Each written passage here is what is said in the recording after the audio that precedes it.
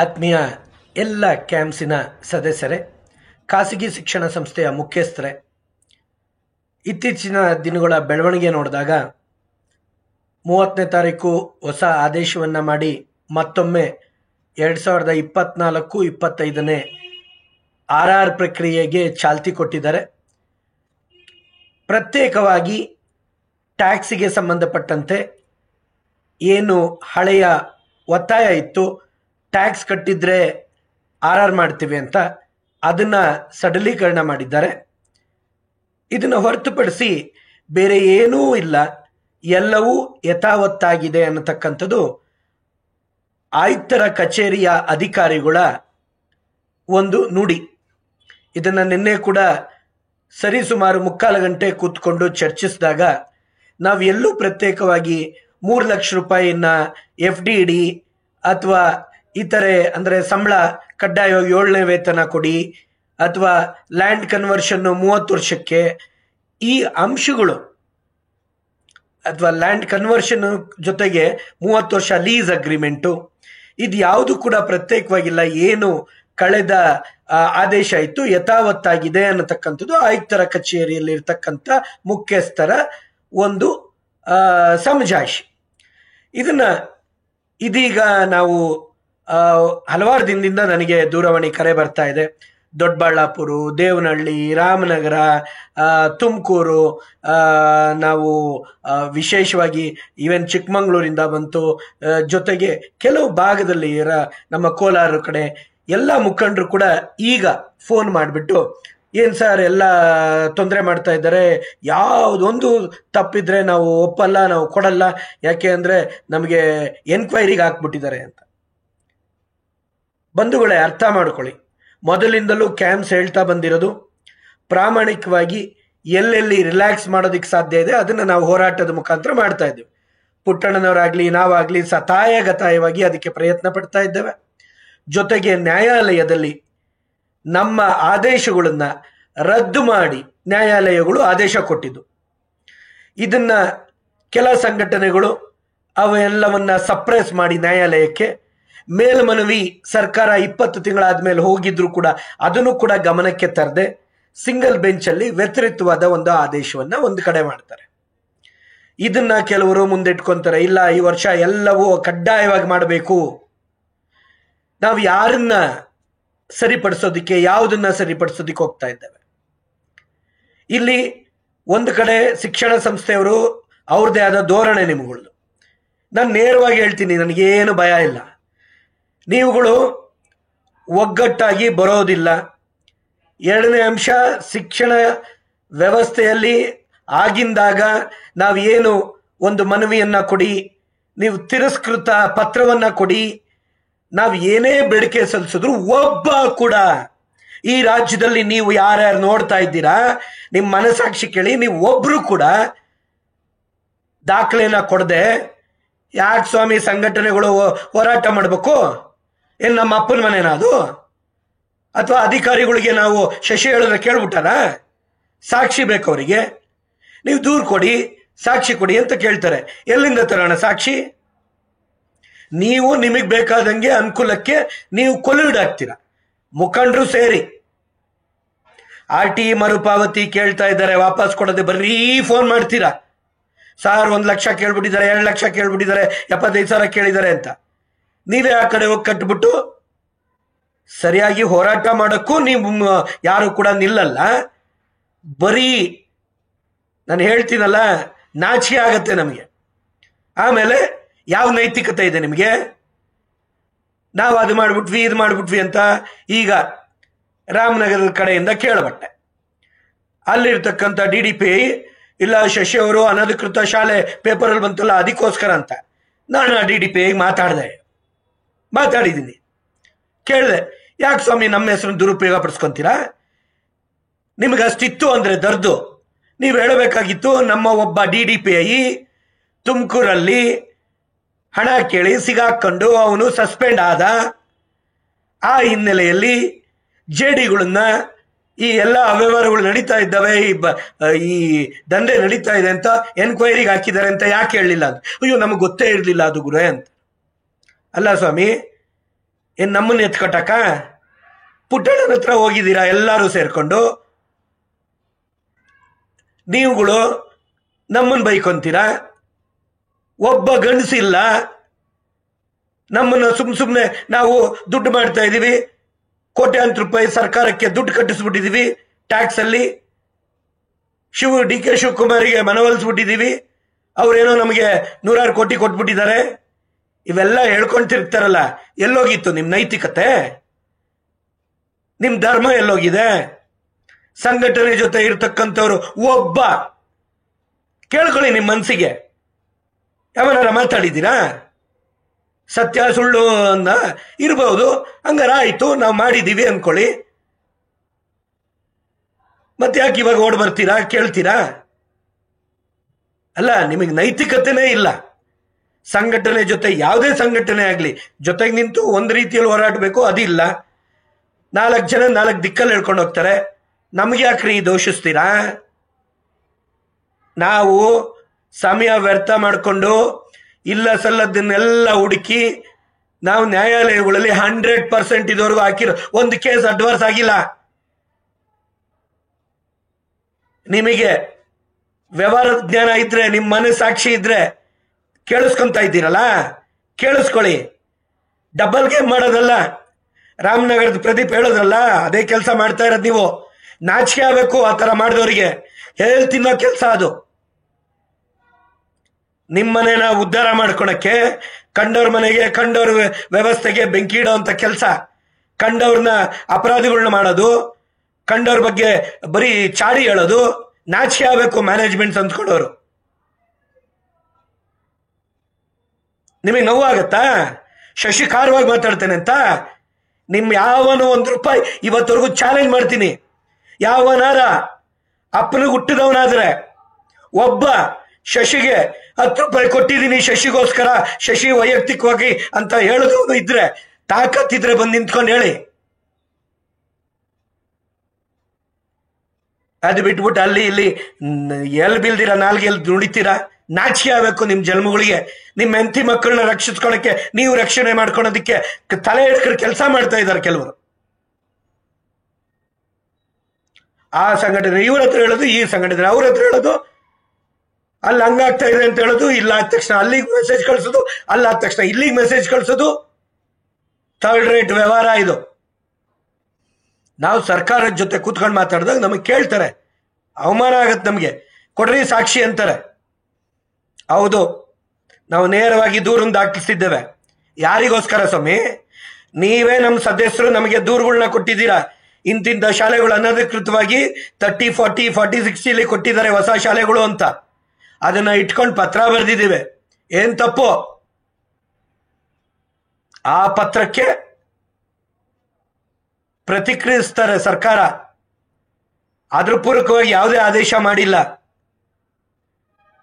ತುಮಕೂರಲ್ಲಿರೋ ಸಂಘಟನೆ ದೂರು ಕೊಟ್ಟು ಸಾಕ್ಷಿ ಕೊಟ್ಟರು, DDPI ಸಸ್ಪೆಂಡ್ ಆದ್ರು. ಅದನ್ನ ಈ ರಾಜ್ಯಕ್ಕೆ ಗೊತ್ತಿದ್ಯಾ? DDPI ಗೊತ್ತಿಲ್ವಾ? ಅದನ್ನ ಮುಚ್ಚಾಕಣಕ್ಕೆ ಪುಟ್ಟಣ್ಣನ ಹತ್ರ ನಿಯೋಗ ಬಂದ್ಬಿಟ್ಟು ಎಲ್ಲ ಪಾಪ ಇಂಥವ್ರಿಂದ ಅಂಥವ್ರಿಂದ ನೀವು ಸರಿಪಡಿಸಿ. ಏನ್ ಪ್ರಾಮಾಣಿಕರ ಕೇಳಕ್ ಬಂದಿರೋದು? ನೋಡಿ, ನಮಗೂ ತಾಳ್ಮೆ ಇದೆ. ನಮ್ಮನ್ನ ಮಿಸ್ಯೂಸ್ ಮಾಡಬೇಡಿ ನಿಮ್ಮ ದಂಧೆಗೆ. BU ಆಗಿರ್ಲಿ, DDPIಗಳಾಗ್ಲಿ. ನಾವು ನಿಮಗೆ ಇವತ್ತವರೆಗೂ ಈ ರಾಜ್ಯದಲ್ಲಿ ಒಬ್ಬ DDPI, ಒಬ್ಬ BU ಹತ್ರ ನಮ್ ವೈಯಕ್ತಿಕವಾಗಿ ₹1 ಏನಾರ ಫೇವರ್ ಅನ್ನ ಕೇಳಿದೀವಾ? ನಮ್ಮಿಂತ ಸದಸ್ಯರಿಗೆ ಮಾಡ್ಕೊಡಿ ಅಂತ ನಾವು ನ್ಯಾಯಯುತವಾಗಿ ಕೇಳಿದೀವಿ. ಒಂದು ಪ್ರಶ್ನೆಗೂ, ಒಂದು ಪತ್ರಕ್ಕೂ ನೀವು ಉತ್ತರ ಕೊಡಲ್ರು ಅಧಿಕಾರಿಗಳು. ನಿಮ್ಮ ಕೆಲಸ ಏನು ಸ್ವಾಮಿ? ನಿಮಗೆ ನಾವು ಪತ್ರ ಬರೆದ್ರೆ ಆ ಪತ್ರಕ್ಕೆ ಮೇಲ್ಮನವಿ, ಮೇಲೆ ಅಧಿಕಾರಿಗಳಿಗೆ ಅದನ್ನ ಹಾಕಿ ನಿಮ್ಮ ಸಮಸ್ಯೆನ ಹೇಳ್ಕೊಂಡು. ಈ ತರ ನೀವು ಅದೇ ಕೆಲಸ ಮಾಡಕ್ಕಿರೋದು. ಈ ತರ ಶಾಲೆಯವರು ಈ ಒಂದು ಬೇಡಿಕೆಯನ್ನ ಇಟ್ಟಿದ್ದಾರೆ, ಅದಕ್ಕೆ ಏನ್ ಮಾಡ್ಬೇಕು ಅಂತ ಕೇಳಿ. ಒಬ್ರು ಕೇಳಲ್ರು. ದುಡ್ಡಿಸ್ಕೊಂಡು ಬೇಕಾದವರಿಗೆ ನೀವು ಅನುಮತಿಗಳನ್ನ ಕೊಟ್ಟಿರೋದು ನಮಗೇನು ಗೊತ್ತಿಲ್ವಾ? ನಾವು ಆ ಬಗ್ಗೆ ಧ್ವನಿ ಎತ್ತಿಲ್ಲ. ಯಾಕೆಂದ್ರೆ ನಮ್ಮ ಸಂಘಟನೆಗಳಂತಲ್ಲ, ಎಲ್ಲಾ ಶಾಲೆಯವರು ಮಾಡ್ತಾ ಇರತಕ್ಕಂಥದ್ದೇ. ಆದ್ರೆ ನಿಮಗೂ ಗೊತ್ತು, ಇಲ್ಲಿ ಸದಸ್ಯರು ಏನ್ ನೋಡ್ತಾ ಇದ್ದೀರಾ, ಇದನ್ನ ಕಳಿಸ್ತೀರಲ್ಲ ನೀವು DDPಗೆ BOಗೆ ಕಳಿಸಿ. ಏನು ಇನ್ನೊಂದು ಸುತ್ತು ಕೊಲೆ ಮಾಡೋದಿಕ್ ಪ್ಲಾನ್ ಹಾಕ್ಸ್ತಾರ? ಇಷ್ಟೇ ತಾನೇ? ಇದುವರೆಗೂ ಶಶಿಕುಮಾರ್ ಕೇವಲ 1 ವರ್ಷ ಒಂದಷ್ಟು ಜನ ದುಡ್ಡು ಕೊಟ್ಬಿಟ್ಟು ಪಾಪ ನನ್ನ ಸ್ನೇಹಿತರು, ಪಾಪ ನನ್ನನ್ನ ಹಿತ ಕಾಯೋರು ಒಂದು ಗನ್ಮ್ಯಾನ್ ಕೊಟ್ರಿ, ಆಗೋಯ್ತು, 1 ವರ್ಷಕ್ಕೆ ಮುಗ್ದೋಯ್ತು. ಇವತ್ತವರೆಗೂ ಅವ್ರನ್ನ ಇಟ್ಕೊಂಡು ನಾವು ಸಾಯ್ಬೇಕು, ನಾವು ಜೀವ ಒತ್ತೆ ಇಡಬೇಕು. ಬರೀ ರಾಜಕೀಯ. ನಾನು ಪುಟ್ಟಣ್ಣದವ್ರಿಗೆ ಹೇಳಿದೆ, ನಮ್ಮ ಗೌರವ ಅಧ್ಯಕ್ಷರವರು, ನೋಡಿ ಹಿಂಗ್ ನಡೀತಾ ಇದೆ, ನೀವು ಕೈ ಚೆಲ್ಕೊಂಡಿದ್ದೀರಾ, ನೀವು ಅಸಹಾಯಕತೆ ತೋರಿಸ್ಕೊಂತ ಇದ್ದೀರಾ, ವ್ಯವಸ್ಥೆ ಕೆಟ್ಟೋಗಿದೆ ಅಂತ ಬಿಟ್ಬಿಡ್ತೀವಿ ನಾವು. ಈ ತಲೆನೋವೇ ಬೇಡ ನಮ್ಗೆ. ಯಾಕೆ ಅಲ್ಲ, ನಿಮಗೆ ಪ್ರತಿಯೊಬ್ರು ಮುಖಂಡರು ಅವ್ರಿಗೆ ಇವ್ರು ಫೋನ್ ಮಾಡ್ಕೊಂಡು ಇವ್ರು ನಮ್ಮ ಹತ್ರ ಮಾತಾಡಕ್ಕೆ ಮುಖ ಇಲ್ಲ. ಯಾರೋ ಒಬ್ಬೊಬ್ರು ಪಾಪ ಕೇಳ್ತಾರೆ, ಅವರಿಗೆ ನಾವು ಕಾರವಾಗಿ ಹೇಳ್ತೀವಿ, ನನಗೂ ನೋವಾಗತ್ತೆ. ಇದು ಪ್ರಾಮಾಣಿಕವಾಗಿ TA ಇಲ್ಲ, DA ಇಲ್ಲ, ಪುಕ್ಕಟ್ಟೆ ಹೆಲ್ಪ್ ಮಾಡಿ ಸರ್ವಿಸ್ ಮಾಡ್ತಾ ಇದ್ವಿ, ಇದ್ರ ರಿಗಾರ್ಡ್ಸ್ ಇಲ್ಲ. ಗುಣಮಟ್ಟದ ಬಗ್ಗೆ ಚಿಂತನೆ ಮಾಡ್ತೀವಿ, ಅದಕ್ಕೆ ಸಪೋರ್ಟ್ ಇಲ್ಲ, ರಿಗಾರ್ಡ್ಸ್ ಇಲ್ಲ. ಯಾವ ಧರ್ಮ ರೀ? ಕೇಳಿಸಿ, ಇದನ್ನ ನೋಡ್ತಾ ಇದ್ದೀರಲ್ಲ ಗಂಡಸರೆಲ್ಲ, ನಿಮ್ಮ ಹೆಂಡತಿದಿರಿಗೆ ಇಡೀ ಇದನ್ನ ಸರಿಯಾಗಿ ಹೇಳ್ತಾ ಇದ್ದಾನೋ ಇಲ್ವೋ ಅಂತ ಕೇಳಿ ನೋಡೋಣ. ಅವ್ರು ಏನು ಹೇಳ್ತಾರೆ? ನಿಮ್ಮ ಮಕ್ಕಳ ಹತ್ರ ಇಡೀ ಈ ವಿಡಿಯೋನ ಕೇಳ್ತಾ ಇರೋಂಥ ನನ್ನೆಲ್ಲ ಶಿಕ್ಷಣ ಸಂಸ್ಥೆ ಮುಖ್ಯಸ್ಥರುಗಳು, ಆ ತಾಯಿಂದಿರಾಗಿರ್ಬೋದು, ತಂದೆದಿರಾಗಿರ್ಬೋದು, ನೀವು ಕೊಡಿ ನಿಮ್ಮ ಮಕ್ಕಳಿಗೆ, ಇದು ಸತ್ಯ ಇದೆಯಾ, ಈ ವ್ಯಕ್ತಿ ಮಾತಾಡ್ತಾ ಇರೋದು ಸರಿ ಇದೆಯಾ ತಪ್ಪಿದ್ಯಾ, ಅವ್ರುಗಳು ಹೇಳಿ. ಏನು ಮಾಡಿಲ್ಲ ರೀ, ಎಲ್ಲ ನಾವು ಮಾಡಿದ್ದು ಹೇಳ್ಕೊಂತಾರೆ, ಸಂತೋಷ. ಯಾರೋ ಒಬ್ರು ಮಾಡ್ಬೇಕಲ್ಲ. ಸರ್ಕಾರನ ಕಟ್ಟಾಕಕ್ಕೆ ಹೋಗ್ತೀವಿ. ನಮ್ಮ ಕೇಸಲ್ಲಿ ಸ್ಪಷ್ಟವಾಗಿ advocate general get your secretary here and let him give undertaking ಅಂದ್ರು. ನಿಮ್ಮ ಸ್ಕೂಲಿಗೆ ಇದನ್ನ ಹಾಕಿದ್ದೀರಾ, ಈ ಎಲ್ಲ ನಿಯಮ ಅಂತ ಕ್ವಾಶ್ ಮಾಡ್ಬೇಕಾರೆ ಅಷ್ಟು ಬ್ಯೂಟಿಫುಲ್ ಆದೇಶ. ಆ ಆದೇಶದ ಮೇಲೆ ಕವರಿಂಗ್ ಜಡ್ಜ್ಮೆಂಟ್ಗಳು, ಅದನ್ನ ಗಮನಕ್ಕೆ ತರಲಿಲ್ಲ ಕೆಲವು ಲಾಯರ್ಗಳು. ಏನ್ ಒಳ್ಳೆ ಕೆಲಸ ಆಯ್ತಾ? ಈಗ ಹೇಳ್ತಾರೆ ಹೊಸ ಆದೇಶ ಕೋರ್ಟಿಂದ ಬಂದ್ಬಿಟ್ಟಿದೆ, ನಾವೇನು ಮಾಡಕ್ಕಾಗಲ್ಲ. ಯಾರು ಹೆಂಗ್ ಬೇಕೋ ಮಾತಾಡ್ತಾರೆ, ಸತ್ಯ ಅದಲ್ಲ.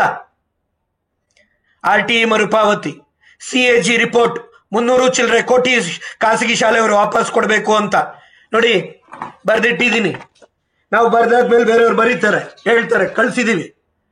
RTE ಮರುಪಾವತಿ ಅದರಲ್ಲಿ ಆಗಿರ್ತಕ್ಕಂಥದ್ದು FDಗೆ ಸಂಬಂಧಪಟ್ಟಿದ್ದು. ಇದು CAG ರಿಪೋರ್ಟ್, ಇಷ್ಟು ಪೇಜು. CAG ಅಲ್ಲಿ ಏನ್ ಲೋಪ ಇದೆ, CAG ರಿಪೋರ್ಟ್ ಲೋಪ ಏನಿದೆ, CAG ಏನೇನ್ ಬ್ಲಂಡರ್ ಮಾಡಿದೆ.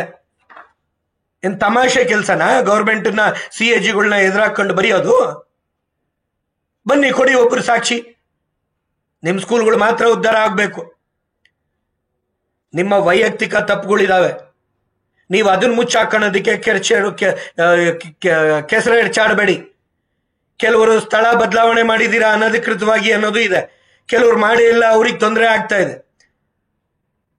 ನಿನ್ನೆ ಮತ್ತೆ CBSE ಅಲ್ಲಿ ಇರ್ತಕ್ಕಂಥ ಸಮಸ್ಯೆಗಳು ಸಿಕ್ಕಾಬಟ್ಟೆ ಇದೆ. ಅದಕ್ಕೆ ಒಂದು ನಿಯೋಗ ಕರೆದು ನಿನ್ನೆ ಎಲ್ಲ ಶಿವರಾಮೇಗೌಡರು, ಮನ್ಸೂರ್ ಅಲಿ ಖಾನು, ನಾವು ಎಲ್ಲ ಕೂತ್ಕೊಂಡು ನಿನ್ನೆ ATAದಲ್ಲಿ ಮತ್ತೊಂದು ಮೀಟಿಂಗ್ ಮಾಡಿದ್ವಿ ರಾಷ್ಟ್ರ ಮಟ್ಟದಲ್ಲಿ. ಅದನ್ನ ನಾವು 14 ರಾಜ್ಯದವರು ಸೇರ್ಕೊಂಡು ಈ 15ನೇ ತಾರೀಕು ಸಮಾವೇಶ ಮಾಡ್ತಾ ಇದ್ದೀವಿ. ಸುಪ್ರೀಂ ಕೋರ್ಟ್ ಅಲ್ಲಿ ಯಾವ ತರ ಕೇಳಬೇಕು, ಆ ಒಂದು ವ್ಯವಸ್ಥೆಗಳನ್ನ ಯಾವ ತರ ಕಟ್ಟಾಕ್ಬೇಕು ಅಂತ. ಏನ್ರಿ, ಕೇಳೋದಕ್ಕೊಂದು ಧರ್ಮ ಇರಲಿ, ಮಾತಾಡಕ್ಕೊಂದು ಧರ್ಮ ಇರಲಿ. ನಿಮ್ಮ ವೈಯಕ್ತಿಕ ಉದ್ದೇಶಗಳು ಇಟ್ಕೊಂಡು ಅಲ್ಪ ತಿಳ್ಕೊಂಡು ಬಾಯಿಗೆ ಬಂದಂಗೆ ಮಾತನಾಡೋದು. ಶಶಿಕುಮಾರ್ ಅಂತೆ, ಪುಟ್ಟಣ ಇವರು ಎಲೆಕ್ಷನ್ಗೋಸ್ಕರ ದುಡ್ಡು ಮಾಡ್ಕೊಳಕ್ಕೋಸ್ಕರ ಇವನ್ನೆಲ್ಲ ಇದ್ ಮಾಡ್ತಾರಂತೆ, ಎಲ್ಲಾ ತರ ಮಾತಾಡ್ತಾರೆ. ಆಯ್ತಪ್ಪ, ಮಾತಾಡೋನು ಯಾವನೋ ಮಾತಾಡ್ತಾನೆ. ನೀವೆಲ್ಲೋಗಿದ್ರಿ ನಮ್ಮ ಸದಸ್ಯರು? ಒಬ್ಬರಿಗೂ ನಮ್ಮನ್ನ ವಹಿಸಿ ಮಾತಾಡೋದಕ್ಕೆ ಇಲ್ವಾ? ನಮಗ್ ಮಾತ್ರ ಫೋನಲ್ಲಿ ಅಣ್ಣ ನಿಮ್ ಬಗ್ಗೆ ಗೊತ್ತು, ನಮ್ಗೆ ನಿಮ್ ಬಗ್ಗೆ ಮಾತಾಡಿದವ್ರು ಬಾಯಿ ಹುಳ ಬೀಳತ್ತೆ ಅಂತೀರ. ನಮಗ್ ಹುಳ ಬೀಳೋದು ಬೇಡ ಸ್ವಾಮಿ, ಯಾರೋ ಹಾಳಾಗೋದು ಬೇಡ. ಆದ್ರೆ ನಿಮ್ಮ ಮನಸ್ಸಾಕ್ಷಿ ಏನಾಗಿದೆ?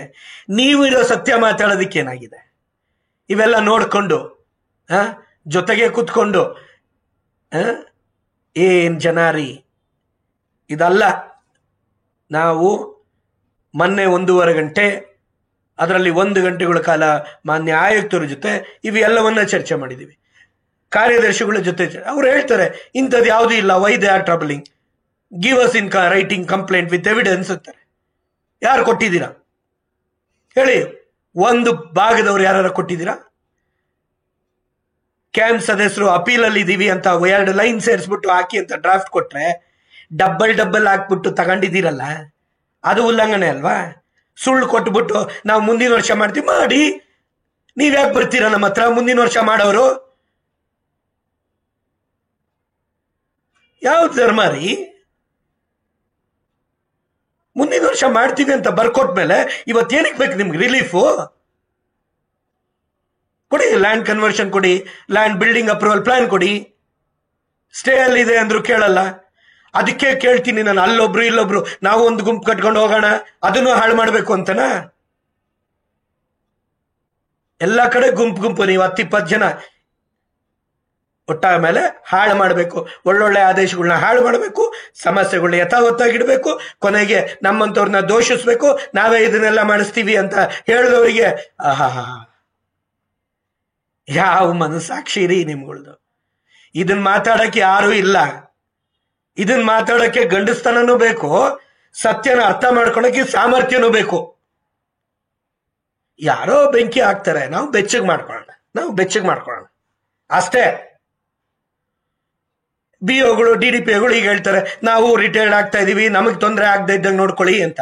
ನನ್ನ ಕೈಯಲ್ಲಿ ಏನಿದೆ? ಇಷ್ಟು ದಿನ ಇಲ್ಲಿ ಎಲ್ಲರೂ ಪ್ರಾಮಾಣಿಕವಾಗಿ ನಿಮ್ DDPಗಳ ಹತ್ರ BO ಹತ್ರ ಕೆಲಸ ಮಾಡಿಸ್ಕೊಂಡಿದ್ದೀರಾ? RTE ಮರುಪಾವತಿಯಿಂದ ತಗೊಳ್ಳಿ, ಒಂದು ಸಾಕ್ಷಿ ಇಲ್ಲ.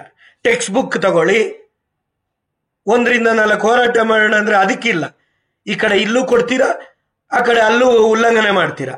ಆಮೇಲೆ ಟೆಕ್ಸ್ಟ್ ಬುಕ್ ಸೊಸೈಟಿ ಹತ್ರ ಹೋಗ್ಬಿಟ್ಟು, text book society it is heights of stupidity. Text book society government ಅಲ್ಲ, ಅವರಿಂದ ತಗೊಂಬಂದ ಆದೇಶ. ನಮ್ಮ ಹತ್ರ ಯಾವುದು ಆದೇಶ ಇಲ್ಲ ಅಂದ್ರೆ ಅದನ್ನ ನಂಬ್ಕೊಂಡು ನೀವು ನಮ್ಮ ಹತ್ರ ಕೇಳ್ತೀರಾ? ಕೇಳಿ, ಯಾರ ಅಂತದನ್ನ ತಂದಿದ್ದಾರೆ ಅವ್ರ ಹತ್ರ ಕೇಳಿ, ಅವರಿಂದ ರಿಲೀಫ್ ತಗೊಳ್ಳಿ.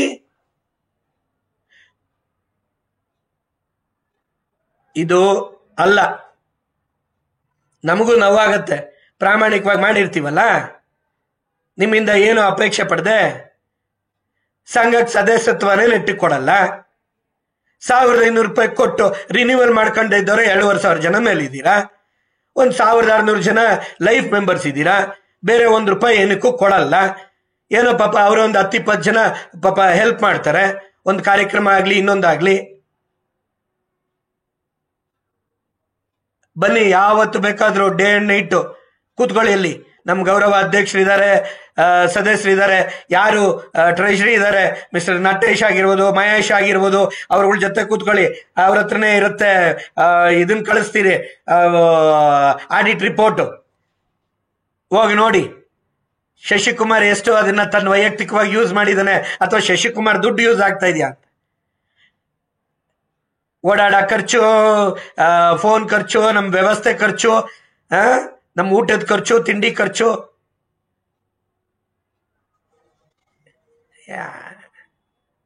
ಖರ್ಚಿಲ್ದೆ ಪುಕ್ಕಟ್ಟೆ ಎಲ್ಲ ಫೆಸಿಲಿಟಿಗಳು ಕೊಟ್ಟಿದೀವಿ, ಏನೆಲ್ಲ ಒದಗಿಸ್ತಾ ಇದೀವಿ, ಅದು ನಮ್ಮಿದು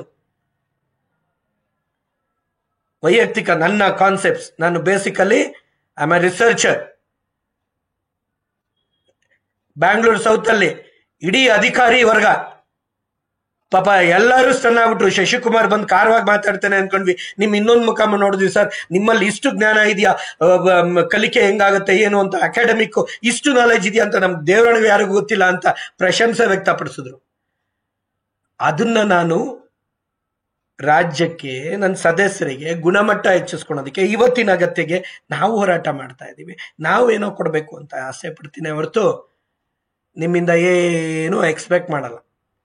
ನಾನು ಕಲ್ತಿದ್ದು ಸತ್ತ ಮೇಲೆ ಏನು ತಗೊಂಡೋಗಲ್ಲ, ನೀವಾಗ್ಲಿ ನಾವಾಗ್ಲಿ. ಅದನ್ನ ನಾನು ಚೆನ್ನಾಗಿ ಅರ್ಥ ಮಾಡ್ಕೊಂಡಿದ್ದೀನಿ. ಒಳ್ಳೆ ರೀತಿಯಲ್ಲಿ ಒಳ್ಳೇದನ್ನ ಒಳ್ಳೇದನ್ನ ತಗೊಂಡ್ರೆ, ಆಮೇಲೆ ನನಗೂ ಒಂದು ಲಿಮಿಟೇಷನ್ ಇದೆ. ನನಗೂ ಹೇಳ್ತೀನಲ್ಲ, ಕೆಲವು ಟೈಮಲ್ಲಿ ಕಂಪ್ಲೇಂಟ್ ಲಾಡ್ಜ್ ಮಾಡಲೇಬೇಕಾಗತ್ತೆ, ಕೆಲವ್ರನ್ನ ರಕ್ಷಿಸಲೇಬೇಕು. ನಿಮ್ಮಿಂದನೇ ಕಂಪ್ಲೇಂಟ್ ಬರುತ್ತೆ. ರಾಮನಗರದಿಂದನೇ ಮ್ಯಾನೇಜ್ಮೆಂಟ್ಸ್ ಕಂಪ್ಲೇಂಟ್ ಮಾಡಿದ್ದಾರೆ, ಬ್ಯಾಂಗ್ಳೂರ್ ನಾರ್ತ್ ಇಂದ ಕಂಪ್ಲೇಂಟ್ ಮಾಡಿದ್ದಾರೆ, ಸಾಕ್ಷಿ ಸಮೇತ ಕೊಟ್ಟಿದ್ದಾರೆ. ನಾಳೆ ಅವ್ರು ಹೇಳಲ್ವಾ ಏನು ನಾವು ಕೊಟ್ಟರು ಏನು ಮಾಡಲ್ಲ? ಕೊಟ್ಟಿದ್ದೀವಿ ಕಂಪ್ಲೇಂಟು, ಲೋಕಾಯುಕ್ತ ಕೊಟ್ಟಿದ್ದೀವಿ. ನಾವು DDPIಗಳಿಗೂ ಹೇಳಿದ್ದೀವಿ, ದಯವಿಟ್ಟು ಪ್ರಾಮಾಣಿಕವಾಗಿ ನರ್ಸರಿ ಶಾಲೆಗಳು ಅವಳಿ ಇದೆ, ಅನಧಿಕೃತ ಶಾಲೆಗಳು ಅವಳಿ ಇದೆ, ಅದನ್ನು ಸರಿಪಡಿಸಿ ಅಂತ. ನೀವು ಎಲ್ಲವನ್ನೂ ತಪ್ಪು ಮಾಡಿಬಿಟ್ಟು ಎಲ್ಲರೂ ಬಂದ್ಬಿಟ್ಟು ಸರಿಪಡಿಸಿ ಅಂದ್ರೆ ತಪ್ಪುಗಳನ್ನೆಲ್ಲ ಎಲ್ಲಾರ್ದು ಮನೆ ದೋಸೆ ತೂತೆ ಬೇಕಾದಷ್ಟಿದೆ.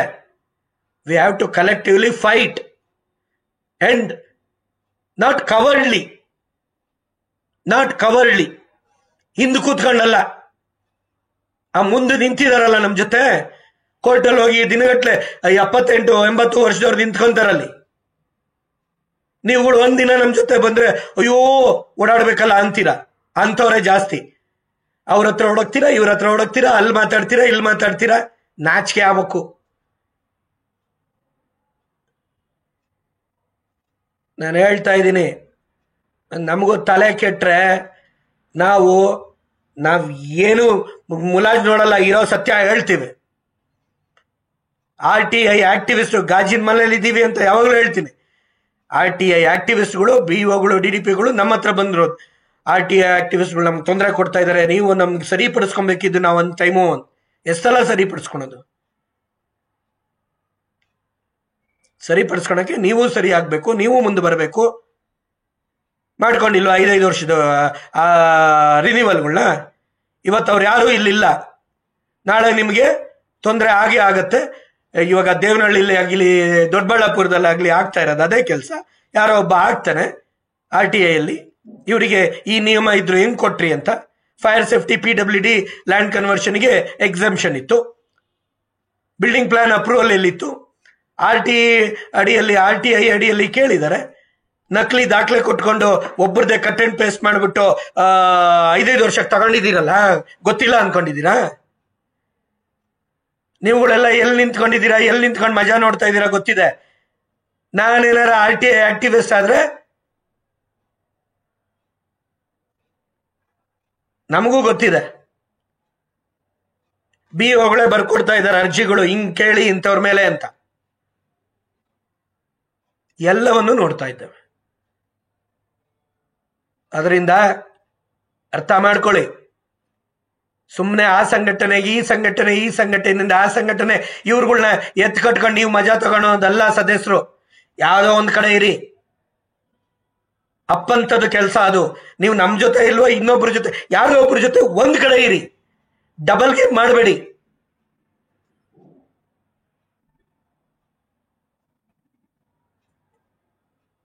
ಇದನ್ನೇ ನಿಮ್ಮ ಅಧಿಕಾರಿಗಳು ನಿಮ್ಮ ಬುಡದಲ್ಲಿ ಹೇಳ್ತಾರೆ. ಅಯ್ಯೋ ನಮ್ಮಲ್ಲೇ ಇದ್ದಾರೆ ಸರ್, ಬಂದು ಹೇಳ್ತಾ ಇರ್ತಾರೆ ಸರ್ ಅಂತ. ಗೊತ್ತಿದೆ ನಮಗೆ, ನನ್ಗೆ ಗೊತ್ತಿಲ್ಲ ವಿಷಯನ, ಅಥವಾ ಇದು ನನ್ಗೆ ಆಶ್ಚರ್ಯ ಕೊಡೋಂಥ ವಿಷಯನ? ಏನೂ ಅಲ್ಲ. ಮತ್ತೆ ಪುಟ್ಟಣ್ಣನವರು, ನಾವು ಸೋಮವಾರ ಮತ್ತೆ ಪುಟ್ಟಣ್ಣವರು ಭರವಸೆ ಕೊಟ್ಟಿದ್ದಾರೆ, ಆಯ್ತು ಅಂತ. ಅವರು ಬೇಸತ್ತೋಗ್ಬಿಟ್ಟಿದ್ದಾರೆ. ಏನ್ ಮಾಡೋದು ಬ್ರದರ್? ಎಲ್ಲ ವ್ಯವಸ್ಥೆ ಕೆಟ್ಟೋಗಿದೆ. ಇವ್ರುಗಳೇ ಬರ್ತಾರೆ, ಒಂದ್ DDPI ಬಗ್ಗೆ ಹೇಳಿದ್ರೆ ನಿಮ್ ಮ್ಯಾನೇಜ್ಮೆಂಟ್ಸೇ ಬರ್ತಾರೆ, ಅವ್ರ ಬಗ್ಗೆ ಹೆಂಗಿದೆ ಅವ್ರನ್ನ ಸ್ವಲ್ಪ ಹೆಲ್ಪ್ ಮಾಡಿ ಅಂತ. ಒಂದ್ ಶಾಲೆ ಬಗ್ಗೆ ಇದಾದ್ರೆ ಇನ್ನೊಂದು ಅವ್ರು ಬರ್ತಾರೆ, ಈ ಶಾಲೆಗೆ ಹಿಂಗ ಆಗ್ಬಿಟ್ಟಿದೆ, ಇದನ್ನ ಸರಿಪಡಿಸಿ ಅಂತ. ನಾವು ಯಾರ ಪರ ನಿಲ್ಲೋಣ? ಎಲ್ಲರೂ ಉಲ್ಲಂಘನೆ ಮಾಡ್ಕೊಂಡು ಹೋಗಿದ್ರೆ ನಾವು ಯಾವ್ದ್ರ ಪರವಾಗಿ ಮಾತಾಡ್ಬೇಕು ಅಂತ ಇರೋ ಸತ್ಯ ಅದು. ಏನ್ ನಾವೇನು ಸುಪ್ರೀಮಾ? ಕಾನೂನ್ಗಿಂತ ಮೇಲ್ಪಟ್ಟವ್ರ? ನಿಯಮಕ್ಕಿಂತ ಮೇಲ್ಪಟ್ಟವ್ರ? ಏನ್ ನಮ್ ಕೈಯಲ್ಲಿ ಮಾಡ್ಬಿಡಕ್ಕಾಗತ್ತ? IAS ಅಧಿಕಾರಿಗಳು ಕೂತಿರೋದು,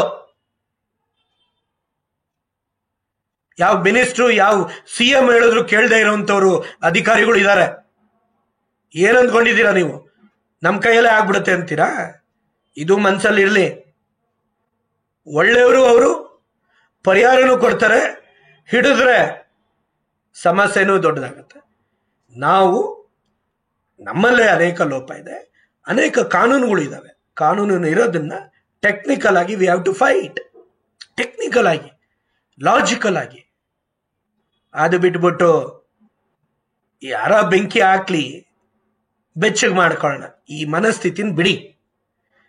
ಎಲ್ಲರೂ ಬೆಂಕಿ ಹಾಕಕ್ ಹೋದ್ರೆ ಊರಂಟ್ಕೊಳತ್ತೆ ಹೊರ್ತು ಬೆಚ್ಚಗೆ ಆಗಲ್ಲ. ಏನೋ ಯಾರೋ ಒಬ್ರು ಹಾಕಿ ಸುತ್ತ ಕೂತ್ಕೊಂಡು ಇದ್ ಮಾಡಿದ್ರು, ನೀವು ಇಲ್ಲಿ ಮಧ್ಯೆ ಹಾಕಿ ಇಲ್ಲಿ ಕೂತ್ಕೊಂಡು ಹಿಂದ್ಗಡೆನೂ ಬೆಂಕಿ ಹಾಕೊಂಡ್ರೆ ನಿಮ್ ಕುಂಡಿಗಳು ಸುಡುತ್ತೆ, ಮೈಯೂ ಬೆಚ್ಚಗಾಗತ್ತೆ ಅನ್ನೋದನ್ನ ಮರಿಬೇಡಿ. ಇಷ್ಟನ್ನೇ ಹೇಳಕ್ಕಾಗೋದು. ನಾವು ಮಾತಾಡಿದ್ರೆ ಭಯಂಕರ ಮಾತಾಡ್ಬೋದು. ನಾವು ಫುಟ್ಪಾತ್ ಮೇಲೆ ಬೆಳೆದು ಬಂದವರು, ಎಲ್ಲವನ್ನು ನೋಡೇ ಬಂದಿರೋರು, ತಾಳ್ಮೆ ಇಟ್ಕೊಂಡಿದ್ದೀವಿ.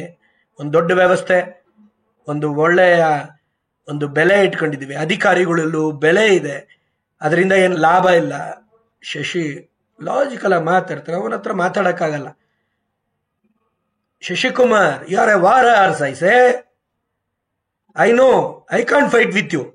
You will last me and tackle me with full stop, comma, exclamatory ಅಂತ ಹೇಳುದು. Doctor Vishal tough. Then he said, ಇರ್ಬೋದು ನನಗೂ ನಿನಗೂ difference 5-10%. By and large whatever you are doing is right. ಯಾರ್ go ahead, do it. You are right, you have to fight. You are a fighter. ಸಾಕ್ರಿ ಅಂತ ಒಂದೊಂದು ವ್ಯಕ್ತಿ ನಮಗೆ ಬಿರಿದು ಕೊಟ್ರೆ ಅಂತ ವ್ಯಕ್ತಿಗಳು ಕೊಡ್ಬೇಕು, ಯಾರೋ ಕರಪ್ಟ್ಗಳಲ್ಲ. ಅಜಯ್ ಸೈಟ್, ಶಶಿಕುಮಾರ್, ಐ ಅಪಾಲೈಸ್. ತಪ್ಪು ಮಾಡಿದ್ವಿ, ಮೊದಲೇ ತಗೊಬೇಕಾಗಿತ್ತು. ನಾವು ಅಂದ್ಕೊಳೋದ್ರೊಳಗೆ ಐ ಆಮ್ ಹೆಲ್ಪ್ಲೆಸ್ ನಾವು. You are doing a wonderful job, keep your fight on ಅಂದ್ರು. ಅಂತ ಮನುಷ್ಯ ದೇಶದಲ್ಲಿ he is great. Finance advisory, finance reforms ತರೋಂಥ ವ್ಯಕ್ತಿ. ನಮಗೆ ಪ್ರಿನ್ಸಿಪಲ್ ಸೆಕ್ರೆಟರಿ, 10 ವರ್ಷದ್ದು ಇನ್ಫ್ರಾಸ್ಟ್ರಕ್ಚರ್ ರಿಲ್ಯಾಕ್ಸೇಷನ್, ಹಳೆ ಶಾಲೆಗಳಿಗೆ ಲ್ಯಾಂಡ್ ಎಕ್ಸೆಂಪ್ಷನ್, FD ಎಕ್ಸೆಂಪ್ಷನ್ ಎಲ್ಲ ಯಾರು ಮಾಡಿದ್ರಿ? ಮಿಸ್ಟರ್ ಅಜಯ್ ಸೇಠ್.